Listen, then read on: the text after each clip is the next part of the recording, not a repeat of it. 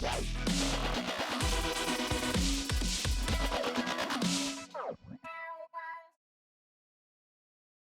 welcome to episode 2 of Ask Barry V Show. I'm Barry Vanover, along with my compadre Miles Baker, Vice President of Martial Arts Management Group. We're here to share with you questions that you have asked us at #BarryV or on our Ask Barry V YouTube channel. Hey, I want to start off and give a shout out to Vitor Shaolin Ribeiro. Vitor fought in the Polaris 2 Invitational Tournament in Wales, Great Britain last week and got a submission from behind, rear naked choke or gi choke or something from behind on a great opponent, Ronan Nakamura. So shout out to Vitor. We happen to have tested our blue belt under Vitor Ribeiro, right? So he's our instructor, and we're still blue belts, okay? But we were proud to get that blue belt, and we worked hard, and we were proud to have Vitor promote us. So again, congratulations to Vitor. You ready to ask some questions? Yeah, we got some good questions this week. Our first one, which I love, by the way, is by Michael B. He asks, what do you guys think of Groupon? I personally think Groupon sucks. Okay, now Groupon, you got to give Groupon their credit. They're making billions of dollars, and it's a great, amazing idea and a great company. If you're selling a tangible product, you're buying a shirt or a shoes or something at a discount, or you're buying an event that has a beginning and end. We just use Groupon here in our office. We took all of our staff members of our 5 studios whitewater rafting. So we bought a whitewater rafting tour and adventure at a nice discount from Groupon, but we used that and it's over. Now, the problem with Groupon, as far as a martial arts school is concerned, Groupon wants us to do a trial program. They want you to do a couple versions, maybe like a month or 6 weeks or a month and 2 months at a ridiculously low price, like $27 or $47, right? And then they're going to take half the money. Well, what that is it's because it's a trial program, it gets people into the studio for a month. They take up space in your class. You're working hard at trying to renew them. And when they find out your price point is so much higher than the Groupon offer, from $27 to $125 or $149 or $167, that price is so different that leads these people to go off and try to find and shop around and use the martial arts schools down the streets Groupon to see if they're any cheaper. So what happens is you get a person that they came in, a family's came in, and they've tried 3 different locations. They've got 3 or 4 months of martial arts lessons ridiculously cheap. So to me, that's the main problem. Now, there's another problem with Groupon that we have particularly in our systems of our clients, martial arts management group clients, and Premier Martial Arts Studios, is our business systems dictate that every person that walks in the door, we're going to collect a down payment or get a paid in full after their 2-lesson trial program before they ever enter the classroom. Right? So very often Groupon situations, people try to waive the down payment if they go ahead and sign up on Groupon, sign up on regular programs immediately. So what happens is we kind of lose money on that. I don't think kind of, we do lose money. Even if I knew I was going to get 20 people coming in on a Groupon, but I was going to get 12 coming in on normal 2-lesson trial program, I'd rather only have the 12 come in because I'm going to make more money than the 20 or 30 Groupon people coming in and then trying to convert those to normal memberships, which are only going to convert a small percentage. Just got to be honest, Groupon people are shoppers. They're looking for deals, right? And because it's a trial program, they're looking for all the deals.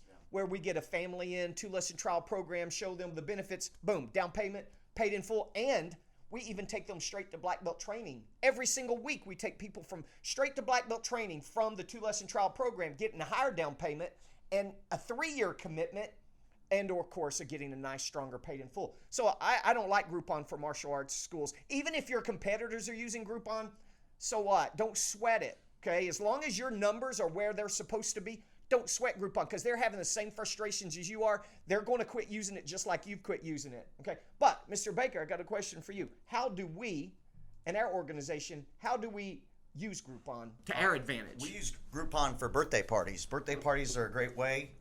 Groupon understands that every kid has a birthday, and that's something that they're going to be able to sell a lot of. So it's something easily sold, and it's a one-time thing. So it's over and done quickly. It's not like a subscription or a membership that's paid monthly like you were saying. And then again, not only is Groupon promoting the birthday parties to the mothers out there, but the mothers promote the party as well that brings in 10 to 15 kids. And how hard would we work to get 10, 15, 20 kids in our school anyways? Right, so we're using Groupon to get mom, let her get her special deal. Every kid from my son's 2 years old and he's already starting to go into birthday parties. Kids go to birthday parties till they're like 12 maybe now or whatever. You know how many birthday parties a family of 2 kids has to go to for all their friends and their parties, right? Parents are looking for unique ideas for birthday parties, right? So go ahead and let mom shop on Groupon, but let her buy your martial arts birthday party and bring 20, 15, or 20 of their friends to your school. Then we have 2 ways. We're not going to talk about them today. We have 2 main ways of signing kids up, visitors to the birthday parties. Maybe we'll discuss that on another show. Let's move on to the next question. Sure. Next question for this week is from Jason T. He says, what do you think one of the biggest mistakes owners make? It's a good question. Yeah, go ahead and start. I'll take that. I think one of the biggest mistakes owners make is when we do a lot of live events and on-hands training for staff and owners. And many times owners, I feel like they send their staff before they've really gone through the training themselves. So they may not know the system, frontwards and backwards to be able to keep their staff member accountable. So having staff is all about accountability. So I think that's the biggest mistake is not, as an owner, you need to know every position. If you're upgrading your systems, you need to understand it first before you can hold somebody else accountable. I think that's a huge mistake a lot of owners make. Absolutely. And then I think I would add one more thing on that. And it all has to do with the biggest mistake is staffing. What you're talking about is they're training their staff or letting somebody else train them, but the owner's not for sure what the staff knows. Yep. The flip side of that is owners just don't train their staff at all. They're hiring people, they're working for them, but they're never fully trained in any system, so they can't really help the school owner take the business to the next level. I was just talking to a school owner the other day that he has a part-time staff member that he was negotiating a salary to go full-time. And I think it was maybe $100, $110 a week is what they were negotiating. And I understand, we have a budget. I get that. But I also made the comment to the school owner, if that guy is worth $500 a month, he's worth, $500 a week, he's worth $600 a week. Because at that price point, he's either going to help you take your business to the next level and be a valuable staff member that's going to make you money and compound your efforts, or he's not. And you're going to fire him anyway and get rid of him, right? So that little $400 a month really isn't making that big a difference, But the thing is, you're saying the school owner doesn't know what the staff knows sometimes, but then the school owners have never trained the staff members in any detailed systems, and for whatever reason, bad staff training, or the school owner doesn't have detailed systems to teach his staff members to begin with. Guy, your business is only as strong as your weakest staff member. So therefore, if you don't have highly trained staff that can help you take your business to the next level, you're wasting your money, time, and energy, and your staff members' time and energy. They can be going off and finding a job that they're actually good at or going to thrive at, right? Right, exactly. Get trained at. No, I agree. Our next question for today is about new schools. Colton asks, what are some basic marketing a school should do before they open? We're doing that right now. We're opening up a new school here in Knoxville. And just some advice on that is the day you sign the lease, go ahead and get your marquee sign up above the door, letting people know what's coming. Even if it's going to take you a couple months to build it out, let that be your first big expense and put that nice bright lit sign on the door. Also, talk to your city council and get a sign permit to put temporary signs up, like maybe a banner coming soon up high if you don't have the marquee sign up, or a banner beside the road, Premier Martial Arts coming soon. Build excitement as people are driving up and down the street. Get pre-enrollments, of course. Touch on, but right. And next thing is create a grand opening special. I think a good grand opening special might be the first 30 new students receive a $200 membership discount and a free official martial arts uniform. Something to reward them for signing up even before you open the doors, or maybe in the first month that you open the doors. And then once you've got your grand opening special, then it's going to be all about gathering leads to sell that special to. Make sure your website goes up as soon as you sign the lease in that neighborhood. Of course, make sure your website's tight, SEO'd right, perfect. Go ahead and start running your social media ads with your grand opening special.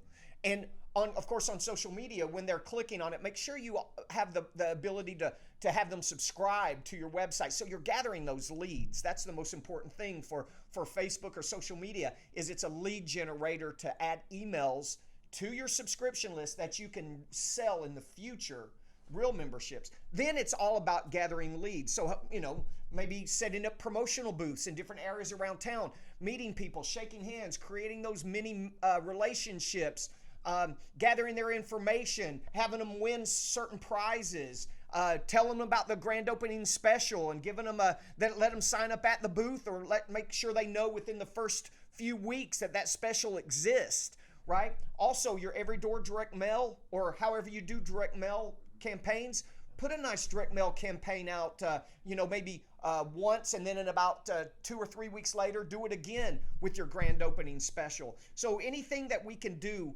to gather leads. Now, a lot of people would say, well, should I have a grand opening when the school opens? Listen, a real grand opening, a true grand opening, is only going to work really good when you kind of got a student base. So I always recommend wait about 6 months till you've got, 50, 60, 70 students in that school, then have a grand opening, and where your students are getting involved and they're bringing their friends and family members. That's their help. Your students are helping you promote the grand opening. And they're so excited. Brand new school, brand new activity. Because the day one, if you open up and the next weekend you have a grand opening, who's going to come to it? Now, unless you're going to spend some major dollars on TV, a radio, a live remote. If you got that kind of funds, then do it. Otherwise, wait till you got a student base to help you market a true grand opening. Oh, I forgot, rack card routes. Go ahead and put, the day you sign the lease, go ahead and put a rack card route location out. That's going to start driving leads to that website, start building your subscription list, start selling them over email. You got anything that you would add to that? Speaking of rack cards, I would add what we call bandit signs or snipe signs. Now, you definitely want to check your area and what the restrictions are on those signs that you pop in the ground. But obviously, it's always about awareness for your business. But now it's amplified when you're first opening. Right. Everything's kind of touch and go and a little nervous for a lot of people when they open their first martial arts school. So snipe signs are a great way, and you can do it however you want. I know that we have a lot of restrictions, but we kind of use our get out of jail pass free. One time we put them out, get them out there, get some awareness when we open a new school. And if we do get a warning, we may or maybe it's not regulated in your areas, but definitely something to look into, because that combined with all the things you just mentioned, every door direct mail, it's just about awareness. Hey, we're here, we're new, we're exciting, and we're getting open. So, well, now on the bandit signs or the snipe signs, whenever we put those out, we always get a bump in traffic to our website. Sure. And we use text messaging on our bandit signs, so we get a bump on text messaging leads as well. By the way, if you don't have the ability for people to text you and respond to offers via texting, you need to do that. And a company we use is besttextmessaging.com. As far as the city council thing, remember the client that we had? They loved bandit signs and got such good results. They timed it, yeah. They knew when the guy from the county or city would go around and remove all of those kind of signs, because he would do it like on a Thursday or whatever. So they would put out their bandit signs around key places on Friday, leave it up for the weekend because of all the traffic and people driving around on the weekend, and then they would go remove them on Monday, and they just repeated that. So they didn't have to keep buying bandit signs and snipe signs and so forth. It was a great idea. A little bit labor intensive, but sometimes when for $200 or $300, you can get 100 bandit signs. So that's a cheap way of marketing and getting results. And you know what? Even if they only signed up 4 or 5 students a month from that idea, that's 4 or 5 students that they're growing by every month. And before you know it, they can take those monies, put toward more expensive, more traditional marketing and advertising. Yeah. Nice. Our last question for today is Dustin K asks, this is a good one. What is one of the fastest ways to increase your income for your martial arts business? That's a kind of a tough question, because depending on what systems you have in place, to give you, hey, here's the fastest thing to make new money. Well, some of you guys may already be implementing that idea. But what I want to do on this is take advantage of just remind everybody the 3 ways to make money in your martial arts school. And the first one is simply to get more students. And that's get more students How are you going to get more students? By marketing, advertising, all the things that we talk about so much, getting out there, getting aggressive with your marketing, and like you said, have good introductory procedures so you actually sign up 80, 70, 80% of those people that come in the door. The next thing would be to get your students to pay more, right? That's the next way to make money in your school. When's the last time you increased your prices? Or have you done a check? Remember back in the economy crash in 2009, some people even dropped their prices, right? But the economy is rolling strong again, right? I know we had a little bit of a bubble bust in the stock market a couple weeks ago, but it's rebounding. The Fed today just declined a new interest rate hike, which means things are still strong. So, when's the last time you increased your prices? Maybe you need to increase your prices $10. Maybe you need to start charging the service charge like we do when they finance that membership. So you're showing $125 a month, but if they finance it, there is a 9.8 service charge. So you're actually collecting almost $140 a month, right, with the service charge. Doing some things like that so to get your students to pay more. And of course, making sure you're getting true down payments, making sure your staff members, your program directors well trained on how to get those paid in fulls, take people straight to black belt training. The third way to make more money in a martial arts school is to get your students to pay more often. And that comes with upgrading. So we don't just sign up somebody once on their journey to black belt. We can sign them up on different programs 3 and 4 times on their journey to black belt training. So now we have 2 markets. We have new student market, and we have our existing student markets to sell to as well. So remember, 3 ways to make more money in a martial arts school: get more students, get your students to pay more, and get your students to pay more often. All right, so that is all the questions for this week. Yeah, I just wanted to show everybody one of the most useful marketing tools that you can have, and this is brought to you by martialartsmarketing.com, is a simple VIP pass. Now, the VIP pass has an adult version on one side and a children's version on the other side, and it's perforated where that you can tear the bottom off, so your students can bring you leads of their friends, names, address, phone number, and email, their information. They can write their friends' information here, tear this off, and bring the lead back to you guys, and then give the ad to their friends. Now, how we use this, we have these at the front of all of our schools. Any of our students are educated and know that they can pick this up and they can give any one of their friends a free VIP pass anytime that they want to. Now, the VIP pass might be different for you, whatever your VIP offer is, than ours. Our VIP pass is 2 private one-on-one lessons and a free official martial arts uniform. Some people may throw in a free month with that or a free 2 weeks. It's just up to you guys what you want to do. But you have to make these professional pieces available to your students so they can bring you the lead, especially if you have a VIP referral contest that happens periodically, which we do about twice, 2 to 3 times a year, reminding your students to bring in their friends. Also, a ticket reward system that all the time through the year, when your students bring in a lead, they get tickets to go toward winning prizes at the next Parents Night Out party. So, but you know what? You have to have these in your school to make it work. Now, again, martialartsmarketing.com, you can order these, and we'll customize these with your logo and your name and can make changes and everything for you guys. The other thing I want to mention is our symposium, October 15, 16, 17, Knoxville, Tennessee. Our martial arts business and training symposium, great business speakers, great martial arts training, great networking with the top school owners in the country. You can see that website and look over the details and register you and your team at mamgsym.com. You can see all the details. Hey, I want to ask you guys a question now.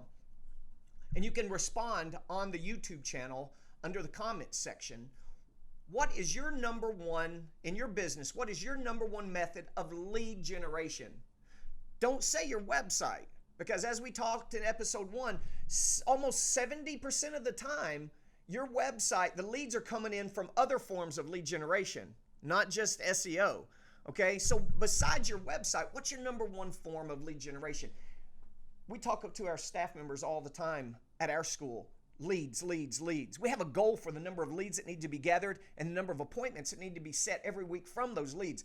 I don't see how that a business can be in business when you're in the business of selling and marketing anything without effective methods of generating leads for those sales. Yeah. Right? So I want to hear from you guys. We want to hear from you guys on what your number one lead generation system is. Share it with the rest of the owners on our YouTube channel at the Ask Barry V Show. All right, guys. Thank you so much for tuning in. Thank you, Mr. Baker, and we'll see you next time.